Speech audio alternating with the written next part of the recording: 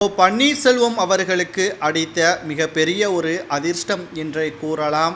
அதிமுகவில் இருந்து முழுமையாக நீக்கப்பட்ட நிலையில் தற்பொழுது ஒருங்கிணைந்த அதிமுகவை உருவாக்க வேண்டும் என்று குழு ஒன்றை அமைத்திருக்கிறார். தற்பொழுது பாஜக மேலிடத்திலிருந்து மிகப்பெரிய ஒரு அதிர்ஷ்டமாக இதை பார்க்கிறோம். புதுச்சேரி ஆளுநராக பன்னீர்செல்வம் அவர்கள் பொறுப்பேற்க வேண்டும் என்று தகவல்கள் ஒன்று வெளியாகி இருப்பதாகவும், இதற்கு பன்னீர்செல்வம் அவர்கள் தனது ஆதரவாளர்களுடன் ஆலோசனை நடத்தி வருவதாகவும் செய்திகள் வெளியாகி இருக்கிறது. ராமநாதபுரத்தில் எப்படியாவது வெற்றியடைந்து விட்டால் மத்திய அமைச்சராவது ஒன்றிய அமைச்சராவது மாறிவிடலாம் என்று நினைத்து விட்டார். மேலும் அதற்கேற்பதான் ராமநாதபுரம் தொகுதியில் போட்டியும் போட்டார்.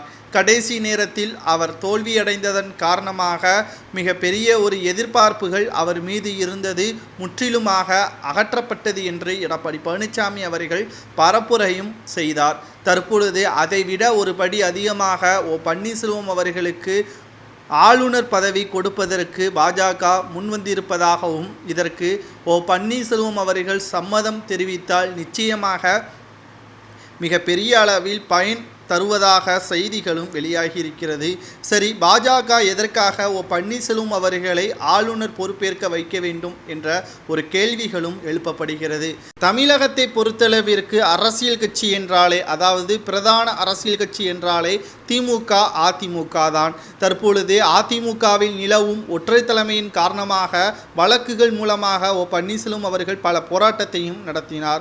அதில் தோல்வியடைந்ததற்கு பிறகு தற்பொழுது சில அதிமுக தொண்டர்கள் பன்னீர்செல்வம் அவர்கள் பக்கம் இருக்கிறது என்பதை பாஜக நன்கு அறிவும். அதற்காகத்தான் பன்னீர்செல்வம் அவர்களை முழுமையாக அதிமுகவிலிருந்து விலக்கிவிட்டால், அதாவது ஆளுநராக பொறுப்பேற்றுவிட்டால் அரசியல் சார்ந்த எந்த ஒரு பதவிகளிலும் இருக்கக்கூடாது.